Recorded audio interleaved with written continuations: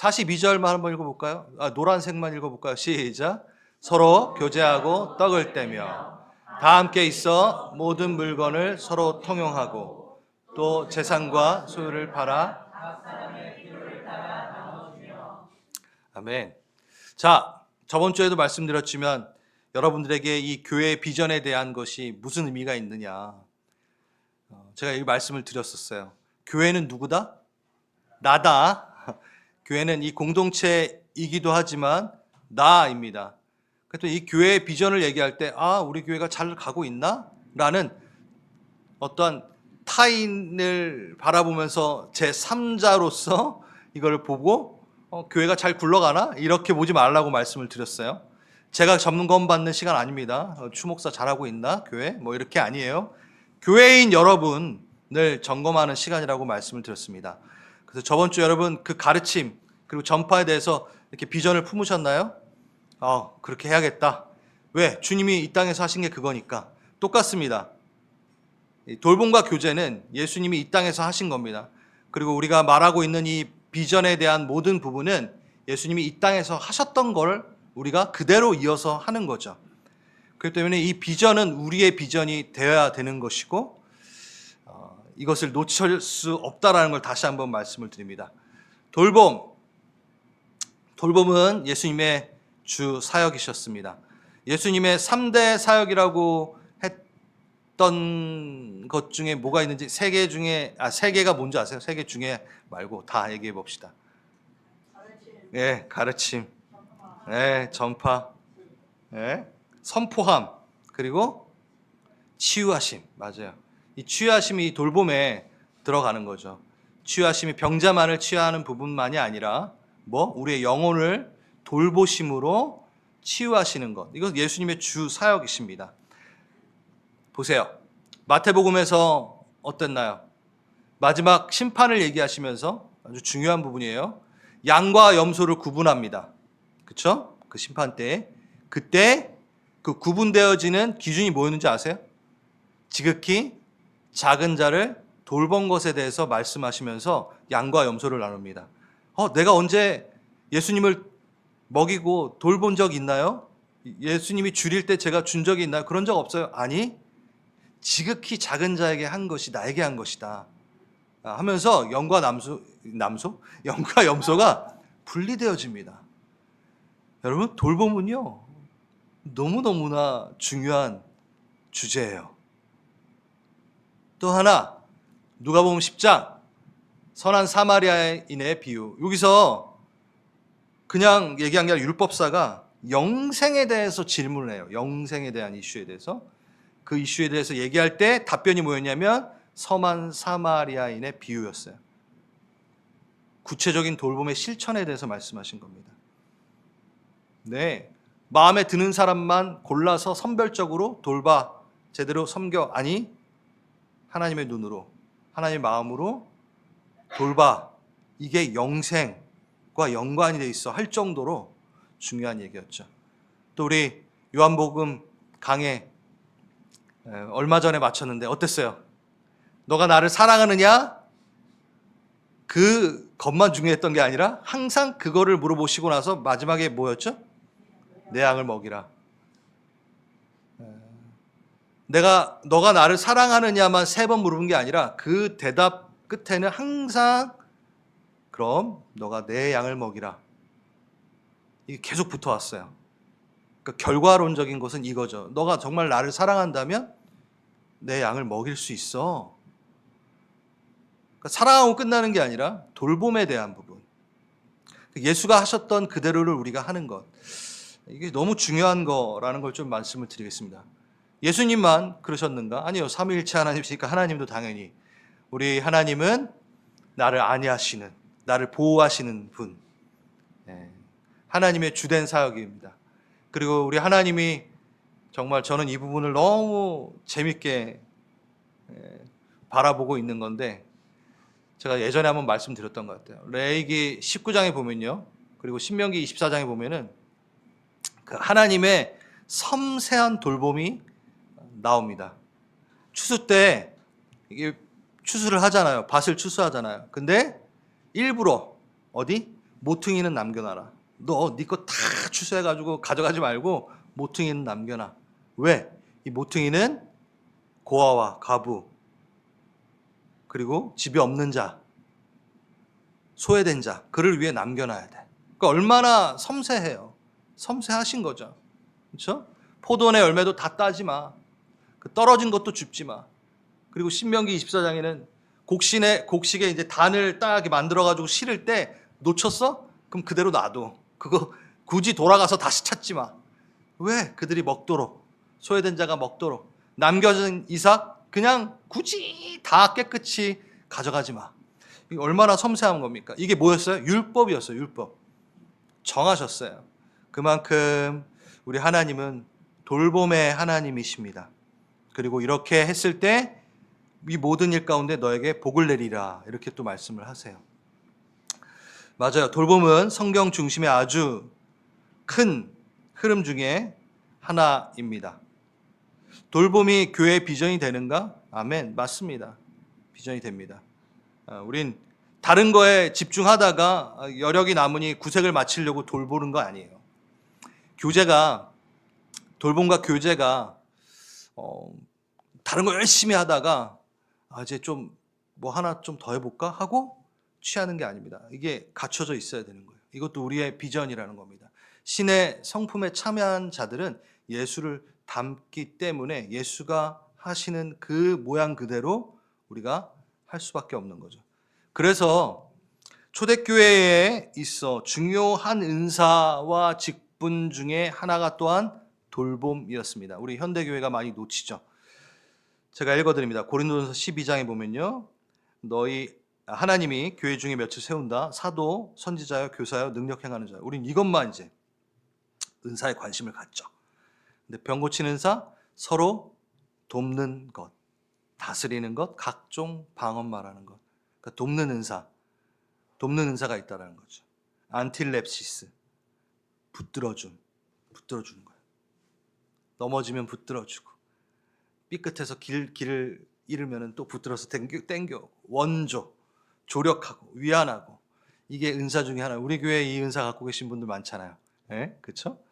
그리고 직분도 여러분, 사도행전 6장에 교회의 첫 위기가 옵니다. 교회의 첫 위기가 뭐 때문에 이루어지는지 아시죠?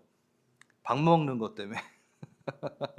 네? 밥 먹는 것 때문에. 그래서 제가 교제 쪽에서 나눌 건데, 돌봄에 대한 문제가 있었어요. 교제의 문제죠. 식탁 교제의 문제죠. 당을 짓는 문제들. 제가 보겠습니다. 그때에 제자가 더 많아졌는데 헬라파 유대인들이 자기 과부들이 매일의 구제에 빠짐으로 히브리파 사람들을 원망하니라. 그러니까 음식을 배분하는 과정 가운데 히브리파 과부들만 이렇게 편애한 거예요. 그러니까 헬라파 과부들이 소외된 거죠. 그래서 어떤 위기? 교회 위기. 싸움이 일어났다고요? 맞아요. 싸움이 일어났어요. 이게 교회의 위기라고 합니다. 교회의 위기는 돌봄과 교제가 잘 될 때 극복이 됩니다. 그러니까 잘 나눠줘도 위기가 극복이 된다. 어때요, 여러분? 보세요. 출신, 지연, 삶의 수준, 학연, 세대별의 그 당을 지음이 교회를 망가뜨리죠. 그러니까 돌봄과 교제가 제대로 이루어지지 않으면 하나님의 공동체가 무너질 수 있는 위험한 일이 생깁니다. 그럼 제가 이게 직분을 왜 얘기하냐? 이것 때문에 누가 생겨요? 집사가 생기는 거예요. 돌봄 전문가 7명을 세웁니다. 네. 디콘, 다이코네오. 디콘이 집사잖아요. 다이코네오, 섬기다, 봉사하다. 이게 집사의 용어입니다. 예수님은 섬기러 오셨기 때문에. 그렇죠? 그걸 따라 하는 거죠. 그러니까 우리가 잘 들으세요. 집사님이라고 명칭하는 거는 뭐죠? 감투 쓰는 게 아닙니다. 제가 안수 집사 뭐 이렇게 우리 안수 받으시고 하시죠 그러면은 전 감투 싫어요 이렇게 말하신 분이 있는데 감투가 아니에요. 감투가 아닙니다. 집사는 뭐죠? 섬기는 겁니다. 제일 앞서 섬기라고 준 직분이지 감투가 되고 권위나 명예가 되는 수단이 아니라는 거죠. 대접받는 자리가 아니라는 거죠.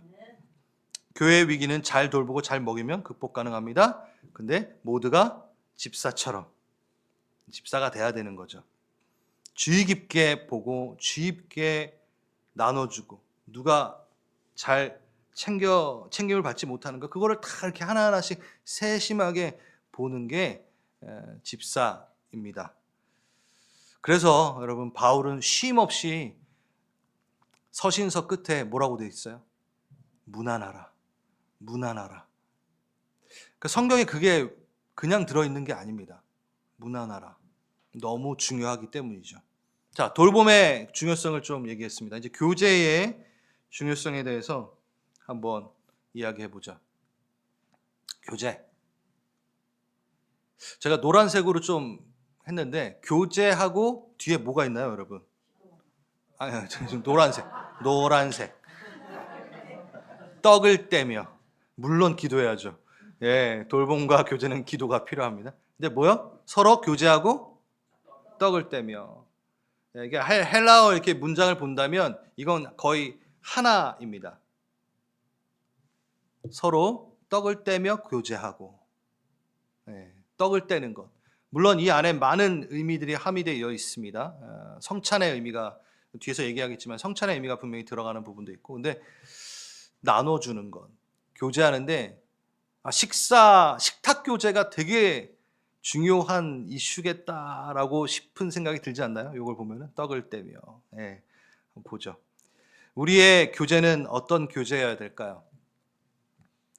개인의 필요와 유익에 따라 어떤 심적 교류, 취미를 공유하며 동호회 같은 성격의 교제를 말하는 걸까요? 물론 이게 없다고 말할 수는 없지만 성경에서 말하는 이 코이노니아라는 이 교제가 그거를 말하는 걸까요? 아니면 좀 더 이타적인 활동을 기반으로 하는 뭐 라이온스 클럽 같은 사회 봉사단체 연탄 나눠주고 이런 거 있죠? 좋죠? 그런 교제, 그것 안에 있는 교제일까요? 이게 없지는 않습니다. 당연히 있습니다. 근데 이걸까요? 어느 정도 포함하고 있지만 이런 교제를 코이노니아라고만은 하지 않습니다. 특히 개인의 유익을 위해 교제하는 것은 이 코이노니아의 의미에서 조금 벗어나기도 하죠. 교회 교제는요, 누구를 봐야 돼요, 먼저? 당연히 예수님을 봐야죠. 예수님이 어떻게 교제하였는가를 봐야 돼요. 그게 바로 코이노니아의 핵심입니다. 사도들의 가르침을 받았어요. 그 사도들의 가르침은 누구의 가르침이에요? 예수님의 가르침이에요. 예수님의 가르침을 받은 자들이 그 남아있는 그 사도들이 또 서로 교제하면 떡을 떼면 이거는 예수님께 받은 거고 예수님께 배운 거라는 거죠. 그렇죠? 질문. 예수님이 공생의 기간 동안에 예수님을 비방하는 사람들이 예수님께 지어준 별명이 하나 있습니다. 예수님을 비방하는 사람들이 지어준 별명이 하나 있습니다. 뭔지 여러분 아시나요? 네, 맞아요. 보라, 먹기를 탐하고 포도주를 즐기는 사람이요 세리와 죄인의 친구로다 하니. 예수를 비방하는 사람들이 예수님의 이 깊은 교제의 의미를 깨닫지 못하고 뭐요?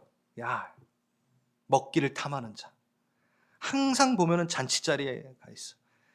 먹고 즐기는 걸 중요하게 여기는 저 예수 하면서 비방한다라는 거죠. 그러니까 정말 예수님이 먹기를 탐하여 그 자리에 있었던 건 아니잖아요. 그렇죠? 근데 잔치 자리에 자주 계셨던 건 맞는 것 같아요. 왜냐하면 그걸 보고 얘기했으니까. 누가 초청했는지 가리지 않고 응하십니다. 그렇죠. 세리 삭개오의 식사 초대에 앉아 계신 예수님. 전 이 부분에 조금 우리가 집중을 해야 될 것 같아요. 또 하나, 예수님의 가르침의 대부분이 어디서 이루어지죠? 식탁에서 이루어집니다. 그러니까 식탁 교제는 꼭 식탁만이 아니라 교제는 예수님의 중요한 사역의 매개체로 사용되었던 거죠. 그 당시엔 뭐 어떻게 판 깔아놓고 이렇게 마이크 넣고 이렇게 가르치진 않았잖아요. 그러니까 항상 그 교제가 이렇게 많이 모여 있고 식사 가운데 가르침이 있었던 거죠. 그래서 왜 제가 자주 얘기하는데 왜 예수님이 먹을 때 가르치셨을까? 자주 가르치셨을까? 왜일까요? 먹을 땐 안 좋으니까. 예, 이렇게 하면은 졸거든요, 몇 명 이렇게. 근데 먹을 때 누가 졸아요? 먹으니까 막 눈 뜨고 있으니까. 그래서 우리 주님은 먹을 때 주로 가르치셨다. 예, 제가 자주 얘기한 건데. 맞아요. 메시지가 전달될 때 식사의 자리가 많았습니다. 한번 볼까요? 가나 혼인 잔치. 그렇죠? 오병이어, 칠병이어, 삭개오와의 대화, 향유 옥합의 그 여인, 그 많은 사건들, 마르다 마리아, 그리고 아주 중요한 마지막 만찬, 정말 중요한 거 얘기하실 때 먹으면서 졸면 안 되니까 다 들어야 되니까. 그리고 부활하신 후에도 누가복음에 보면 제자들에게 나타나셨을 때 굳이 식사 때 나타나셔서 구운 생선 한 조각을 드시면서, 그러니까 식사 때 나타나신 거예요. 요한복음 디베랴 바닷가의 아침 식사 우리 했었잖아요, 그렇죠? 엠마오로 가는 두 제자 빵을 떼어 주십니다. 마지막 만찬 때 빵을 떼어 주십니다. 매개체로 사용하십니다. 분명한 의도가 있습니다.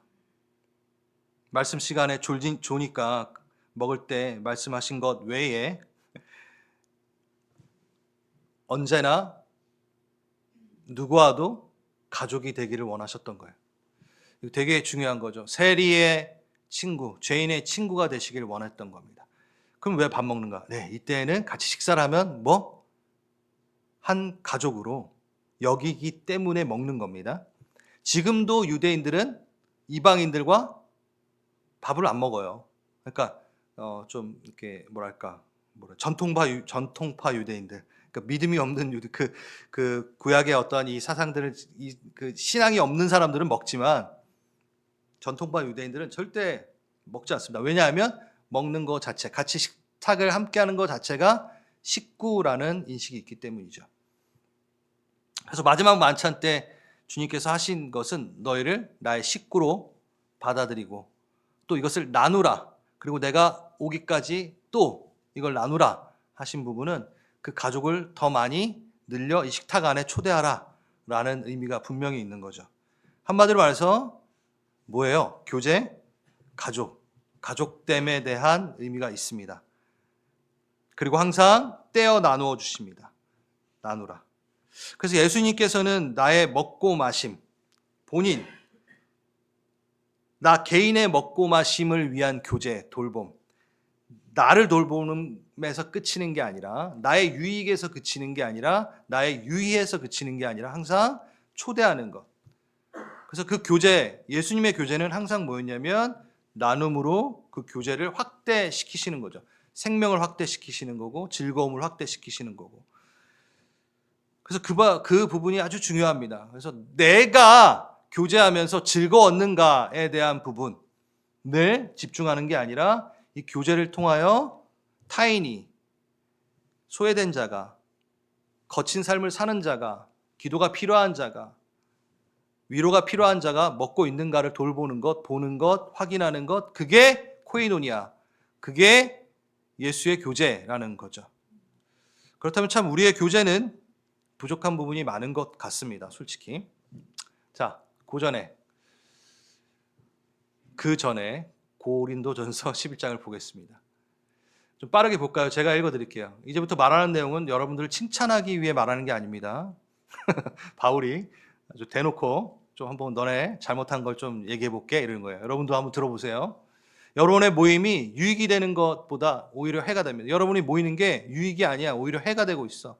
여러분의 교제가, 여러분이 지금 이렇게 모여서 예배드리고 식탁 교제하고 있는데 이게 유익이 아니라 오히려 해가 되고 있어 라고 바울이 얘기하고 있는 거예요.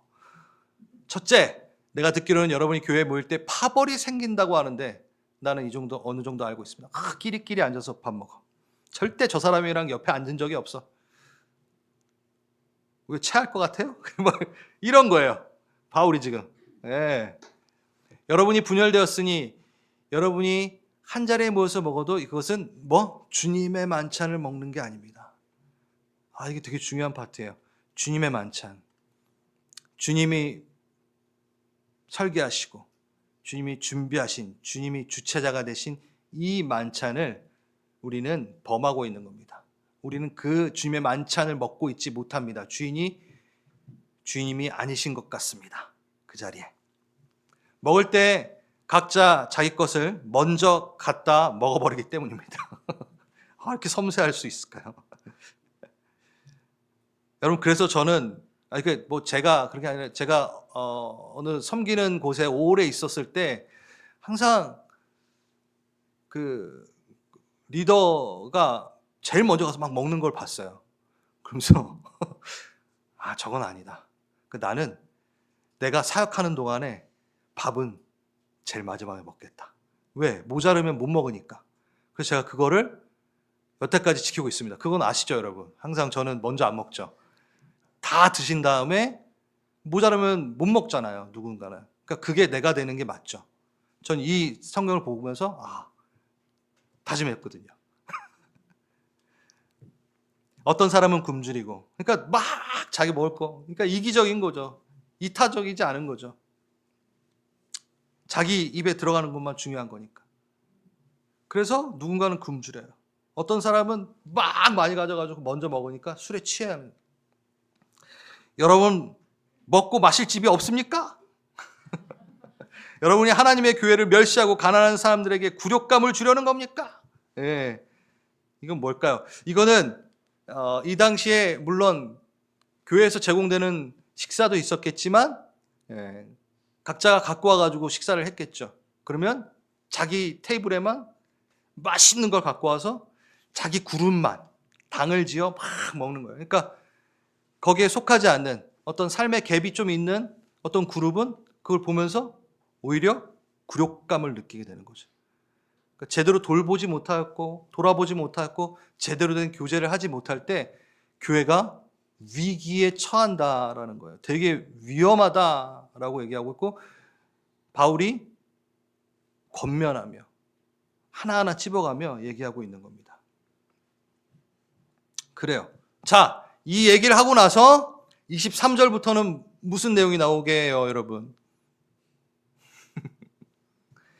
내가 너에게 전한 것은 주께 받은 것이니 곧 주 예수께서 잡수시던 밤에 떡을 가지고 축사하시고 떼어 이르시되 이것은 너희를 위한 내 몸이니 이것을 행하여 나를 기념하라 하시고 떡을 떼고 포도주를 나누며 이것은 예수의 몸이요 예수의 피라.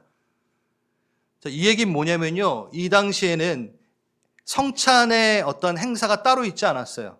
예배 가운데 함께 식사를 하다가 누군가는 가르침을 하고 얘기도 했을 것이고 그런 형태 가운데 뭐가 있었냐면 그 먹던 것, 자연스럽게 그 음식들을 갖고 성찬을 하기 시작했던 거예요. 이 얘기를 하는 거죠. 그러니까 주님의 만찬이 아니다라고 하는 거예요. 주님은 섬기러 오셔서 자기의 몸을 찢고 자기의 피를 흘려 누군가를 살리고 돌아보고 교제하며 살리기 위해 했던 모든 행동들을 너희들은 당을 짓고 문을 닫고 이러고 있는데 어떻게 이게 주님의 만찬이 되겠느냐, 이 의미가 있겠느냐라고 지금 얘기하는 거죠. 그러니까 예수님 안에 하나 되었을 때 출신, 성별, 언어, 세대와 상관없이 예수님 안에 한 가족이 된 거예요. 히브리파 그리스도인, 헬라파 그리스도인, 언어가 조금씩은 부딪혔을 수 있어요. 잘 언어가 통하지 않았을 수도 있어요. 우리 교회 맞잖아요, 그렇죠? 우리 EM과 같이 있잖아요. 이 모든 것들, 우리의 교회 식탁 교제는 섬김이 녹아 들어가야 되는 교제입니다. 자원하여 우리는 이 식탁 교제에 비용을 내죠.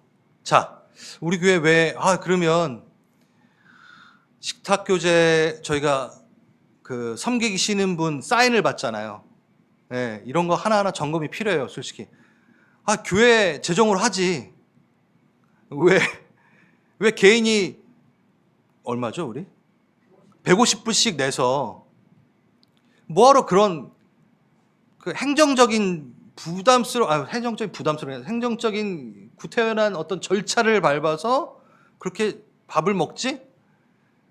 라고 여러분 의문이 드실 분들이 있을 수도 있을 것 같아요. 근데 2023년도에 여러분 시작할 때 제가 이 부분을 얘기를 했어요. 우리의 식탁 교제는 교회에 재정으로 충분히 할 수도 있지만 저는 이 부분이 너무 중요한 것 같습니다.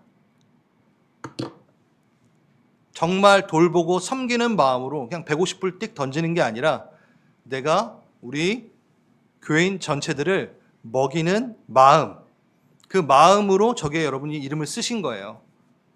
그리고 그 사랑과 그 돌보는 마음으로 우리가 이렇게 음식을 먹는 거죠. 그리고 셀마다 돌아가면서 뭐 하세요? 음식 준비하시잖아요. 돈만 많으면 업체 불러가지고 그냥 먹으면 될 텐데.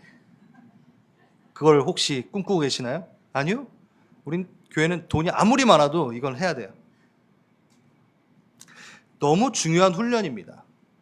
내가 먹이는 것, 내가 나누는 것, 그 훈련, 내가 준비하는 것, 그리고 내가 그것을 정리하는 것, 나눠주면서 누가 덜 먹었는가, 누가 많이 먹었는가, 많이 먹은 건 체크하지 마시고요. 누가 못 먹었는가 잘 보면서 그게요 정말 큰 훈련이 됩니다. 그러니까 우리 교회 그냥 식탁 교제 하는 게 그냥 배고파서 먹는 그런 게 아니라는 거죠. 이것도 예배입니다. 예수를 닮아가는 중요한 훈련입니다. 그런데 이 안에 분리된 모습이 뭐였어요? 방금 말했던 이 모습이 하나님의 꿈을 뒤로 미루게 만듭니다. 생각보다 중요한 이슈라는 겁니다. 초대교회의 첫 번째 위기가 돌보지 못하였고 제대로 된 식탁 교제를 세심히 돌보지 못한 일로 생긴 위기니까. 그래서 이 돌봄과 교제는요 한 교회의 신학이 되기도 합니다. 신학 그리고 예배가 되기도 하는 거죠. 자, 마지막 그러면 어떻게 돌봄과 교제를 실천할 것인가? 저는 이 주님의 만찬이라는 거를 집중하고 싶습니다. 주님의 만찬, 아까도 말했지만 참 멋진 말인 것 같아요. 주님의 만찬, 뭐죠? 우리가 주님의 만찬을 받습니다. 성찬을 받습니다. 라고 했을 때 받는다고 얘기하잖아요, 제가. 우리 성찬을 하겠습니다라고도 얘기하지만 제가 성찬식 할 때 항상 어떻게 얘기해요? 주님의 만찬을 받겠습니다라고 하잖아요. 누구한테 받는 거예요? 예수님께 받는 거예요. 주체자가 누구예요? 예수님이에요. 그러니까 이 개념이 너무 중요한 거예요. 이 잔치의 주인공은 누구다? 예수님. 그리고 이것을 베푸시는 분은 누구이다? 준비하시는 분 누구다? 예수님. 우리는 예수님의 손과 발이 되어 대신하여 섬기는 것이다. 분명한 의미가 있는 겁니다. 내가 주체가 되는 게 아니에요. 내가 나누는다고 또 생각하는 것도 아니에요. 먼저 누구? 돌봄과 교제의 주체가 예수님입니다. 그래서 성령의 감동을 따라 예수님을 따라 예수님의 마음으로 우린 돌봄과 교제를 해야 됩니다. 너무나 당연한 얘기지만 이 부분을 너무나 잘 놓치죠, 우리가. 그렇죠? 왜일까요? 아까 고린도전서 11장에 나왔던 거잖아요. 내 거라고 생각하는 거예요. 주체자가 나라고 생각을 하는 거예요. 그러니까 골라서 돌보고 골라서 교제하고 골라서 먹이는 거죠. 쟤는 미워. 밉상이야. 너는 고기 조금만 하나 먹어. 여러분 옛날에 뭐 이렇게 군대에서 배식하거나 학교에서 배식할 때 소세지 하나 넣어 이렇게 3개씩 줘야 되는데 막 이런 그게 누구예요? 자기가 주체자인 줄 안다라는 거죠. 하나님의 주체자이신데 그래서 당을 지을 수밖에 없고 또 돌봄과 교제가 제한됩니다. 어떻게? 내게 돌려주고 갚을 능력이 있는 사람을 골라서 돌보기도 하고 교제도 합니다. 우리는. 이해되세요? 내가 이걸 했을 때 나에게 돌려줄 만한 사람에게 그거를 하는 아주 이기적인 생각을 할 수도 있는 거죠. 맞아요. 그래서 저는 어떤 교제를 하는 부분에서 사역자들이 이렇게 교제하는 걸 볼 때 자기에게 도움이 되는 사람하고만 교제하는 걸 보면서 되게 실망한 적이 상당히 많습니다. 저 사람하고 교제를 해가지고 학교 등록을 시켜야지. 선교지로 데려가야지. 탁 그런 그 외에는 교제하려고 하지 않아요. 그냥 가능성이 있는 사람하고만 교제를 하려고 하죠. 정말 위험한 겁니다. 그거는 자신의 호불호에 따라 돌보고 섬기기를 작정한 거죠. 하나님의 코이노니아가 아닌 겁니다. 동호회가 될 수밖에 없습니다. 자, 저번 주에 잠깐 얘기했지만 성령이 함께 하실 때 참된 돌봄과 교제가 가능합니다. 결코 사람이 주체자가 됐을 때는 이 돌봄과 교제가 코이노니아가 성경적 코이노니아가 이루어지지 않는다라는 거죠. 믿는 사람이 다 함께 있어 모든 물건을 서로 통용하고 또 재산과 소유를 팔아 각 사람의 필요를 따라 나누어 주며. 여러분 너무 이쁜 말이잖아요. 근데 이게 뭐 어떻게 됐죠? 이 구절이 칼 막스가 공산주의와 사회주의의 이념의 힌트를 얻은 것이 됩니다. 이 구절 앞뒤 문맥 없이 이 구절만 딱 뽑으면 충분히 이 이념이 맞을 수 있는 것처럼 보여요. 너무 위험하죠. 맥락을 봐야 되죠. 이들은 누굽니까? 성령의 충만함을 받은 자들입니다. 성령을 따라 자원하는 마음으로 재산을 팔았고 소유를 팔았고 각 필요에 따라 나눠줬다라는 거예요. 물건을 통용했다라는 거예요. 근데 성령은 없고 하나님은 없고 그냥 재산, 소유 다 뺏어서 부의 재분배로 돌봄이 가능하다라고 생각한 게 칼 막스인 거죠. 제가 지금 너무 어려운 얘기 하나요? 아니에요. 네. 그러니까 사람의 개념으로, 사람의 이념으로 이것이 이루어지는 것은 불가능한 것 같아요. 독재자만을 낳는 거죠. 지금 이란 땅이나 북한 땅이나. 자신의 소유와 사랑을 자원하는 마음으로 나누는 것. 누구 안에서? 성령 안에서.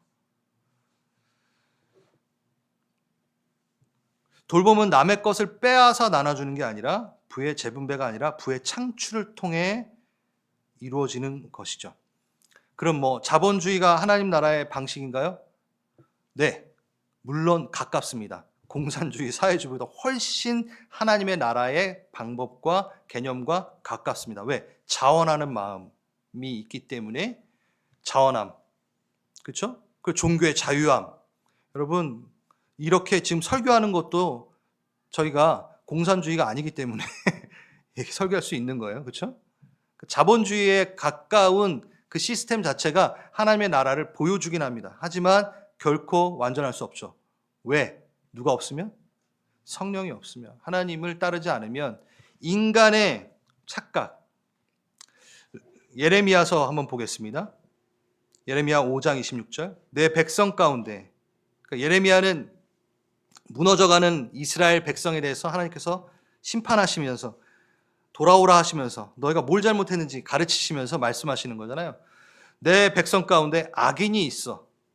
새 사냥꾼이 매복함 같이 지키며 덫을 놓아 사람을 잡으며 너희 집들에 속임이 가득하고 그러므로 너희가 번창하고 거부가 되어. 자본주의 방식이죠. 그렇죠? 살찌고 유택하여 또 행위가 심히 악하여 자기 이익을 얻으려고 송사 곧 고아의 송사를 공정하게 하지 아니하며 빈민의 재판을 공정하게 판결하지 아니하며. 되게 위험한 모습이잖아요.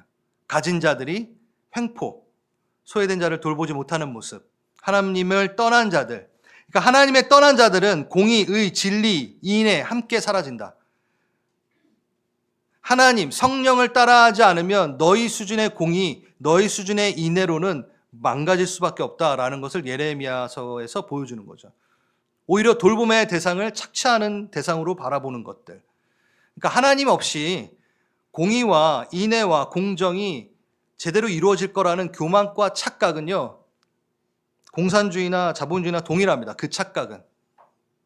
그래서 다니엘 하나니 이렇게 얘기합니다.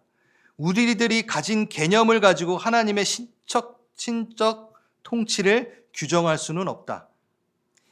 로렌스 W. 리드가 이렇게 얘기합니다. 이런 거 잘 안 하는데. 인간이 만든 이념적 틀이나 체계 속에서 예수님의 통치를 이야기한다는 것이 얼마나 불경스러운 일인가. 하나님 나라의 통치 방식은 예수님을 통하여 부분적으로 이 땅에 가르쳐 주시고 소개해 주신다. 바로 그게 교회가 되어야 된다. 아직 부분적으로 경험하고 이해할 뿐 밝히 보지 못하고 있다는 걸 인정해야 된다. 하지만 그가 다시 오실 때 그 나라의 통치는 완전할 것이다. 그래서 저번 주 제가 휙 지나가면서 말했기 때문에 좀 보완을 한 겁니다. 제가 그래서 저번 주에 그렇게 얘기한 거예요. 파랑이고 빨강이고, 네. 그거에 대해서 한쪽에 서가지고 그게 옳다라고. 물론 여러분 정책, 그 이슈에 대해서는 우리가 분명한 표현을 해야 돼요. 하지만 어느 것도 완전할 수 없다라는 걸 가르치는 게 이 땅의 통치 개념입니다. 그래서 어떠한 통치 개념이 완벽하다라고 하면서 거기에 있으며 돌봄과 교제에 대한 부분에 당을 짓고 싸우는 것은 정말 어리석은 일일 뿐이라는 거라고 말씀을 드리고 싶습니다. 네. 제가 여러분을 빨리 돌려보내려고 빨리 말하다 보니까 12시 전에 끝낼 거예요. 두 번째, 자원하는 마음과 청지기 정신. 아까 위에 말했던 부분하고 좀 연결이 되는 것 같아요. 하나님의 주권을 인정하지 않음에서 나온 거예요. 이 모든 부분들이 아까 우리가 말했던 예레미야서에 나왔던 그 이야기들이 나의 소유가 나만의 것이 아님을 아는 것, 하나님의 소유라는 것, 내 소유가 하나님의 소유라는 걸 아는 자들이 나눌 수 있겠죠. 청지기 정신. 나는 하나님의 소유를 관리하고 있다라는 사람, 관리하고 있는 사람의 개념. 하나님으로부터 공급받은 거니까 성령이 감동하시면 언제든지 흘려보내는 삶. 우리 교회 너무 잘하고 있잖아요. 이 부분에서. 제가 이렇게 들어요. 그러면 초대해서 먹이고 돌보고 같이 기도해주고 누가 뭐가 부족한가 궁금해하고, 이게 바로 하나님의 나라의 모습인 거죠. 자원함으로.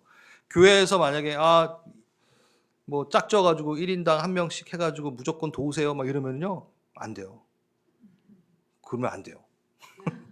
자원하는 마음으로 해야 되는 거예요. 제가 저기 식탁 교재 섬기세요 이렇게 써놨잖아요. 제가 막 푸시하면서 하라고 안 했잖아요. 자원하는 마음으로 써주십시오 이렇게 얘기했잖아요. 안 그랬나요? 맞죠? 그 청지기 정신이 없으면 돌봄에 있어서 어느 순간 보상을 바라게 돼요. 내 거 줬으니까. 그리고 자랑 삼으려 합니다. 청지기 정신이 없으면. 그리고 교제도 내게 유익이 안 되면 안 하는 거죠. 교제 가운데 나의 유익이 채워지지 않으면 안 하는 교제. 그러니까 아픈 사람이랑 만나고 싶지 않은 거야. 힘들어하는 사람하고 만나고 싶지 않은 거야. 왜? 그거 다 들어줘야 되니까. 그거 에너지 많이 나가요 그거. 그런 골라서 하는 것들. 왜? 청지기 정신이 하나도 없으니까. 청지기 정신은 의도적으로 예수를 따라 돌보는 자를 찾아야 되는 겁니다. 어쩔 수 없습니다. 서로 돌아보아 사랑과 선행을 격려하며. 예수님이 베드로에게 마지막에 너가 나를 사랑하느냐 하시고 나서 내 양을 먹이라 라고 했잖아요. 그 내 양이 누구 양이에요? 예수님 양이에요. 너 양을 먹이라 그런 게 아니라 내 양을 먹이라. 그러니까 계속해서 하나님의 양을 부탁하는 거예요. 청직인 거예요. 우리가 맡은 모든 것들, 우리가 돌봐야 되는 것들은 하나님의 것이기 때문에 하나님의 것이라 생각하며 소중히 여기며 돌봐야 돼요. 하나님 양이지. 여러분 옆에 보세요. 하나님 양이에요. 그러니까 막대하시면 안 돼요. 하품하면 어떻게 지금? 그래서 자 아내를 보란 말이야. 막대하면 안 돼. 하나님의 양이. 그리고 가정을 넘어 돌아볼 때 하나님의 양이다. 하나님의 거다. 하나님의 소유다. 그럼 정말 귀하게 돌봐야 되고 정말 귀하게 교제해야 되는 거죠. 그렇죠? 그러면서 세 번째, 우리의 일상 가운데, 우리의 자리 가운데 주님의 만찬으로 초대하게 합니다.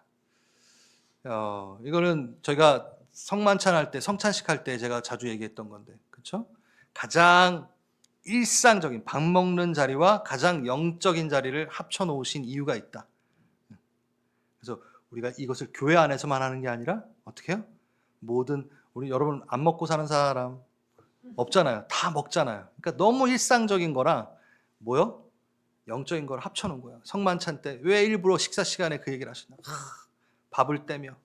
그래서 우리가 조금 뻘건 거 먹을 때는 이건 주님의 피라 하면서 김치 국물 먹이면서 나눠주고 그리고 떡은 아니지만 밥 먹으면서 이게 하나님의 몸이야. 예수님의 몸이야 하면서 그러면서 삶에서 성찬을 하시라고 제가 말씀을 드렸잖아요. 그렇죠? 똑같아요. 가정 안에서 그렇게 하지만 또 누군가 교제 나눌 때 내가 예수를 나누는 거죠. 예수의 헌신을 나누는 거고 예수의 눈과 마음을 나누는 거죠. 그냥 밥 먹는 게 아니라 그냥 교제하는 게 아니라 그 모든 교제 안에 다 누구를 발견해야 된다? 예수를 발견해야 돼요. 네. 그게 어디까지? 더 열방으로. 이거는 다음 주에 우리 유동현 선교사님께서 해주실 겁니다. 저랑 짰습니다. 네, 다음 주에 이 부분을 하시기로. 그래서 우리는 계속해서 주님의 만찬으로 초대하는 거죠. 마지막 마무리하겠습니다. 여러분 초대교회 선배들의 이 돌봄과 교제가 어땠을까요? 제가 1세기 그리스도인의 예배라는 책을 읽으면서 되게 많이 이 장면들을 상상을 해봤어요. 그 당시 믿음의 선배들은요 이렇게 모임을 하게 된 거예요. 예배 이렇게라기보다는 모임 가운데서 자연스럽게 모든 것이 나왔어요. 하나님을 찬양하고 하나님을 노래하고 하나님을 간증하고 먹이고 입히고 돌아보고 이 모든 게 있었던 거죠. 근데 이 사람들이 어떤 사람들이었어요? 예수를 믿고 사는 것은 목숨 걸어야 되는 사람들이었던 거예요. 그러니까 그 분위기를 한번 생각해 보세요. 일주일 만에 만난 거예요. 아니야 뭐 더 만날 수도 있겠죠. 그 거룩함의 가치대로 믿음대로 살다가 세상에서 찢기기도 하고 위협을 당하기도 하고 목숨 걸어 예수로 산다라는 것을 지켜내며 살다가 모인 사람들, 그러니까 전우들이 모인 거죠. 예, 진짜 동지들이 모인 거죠.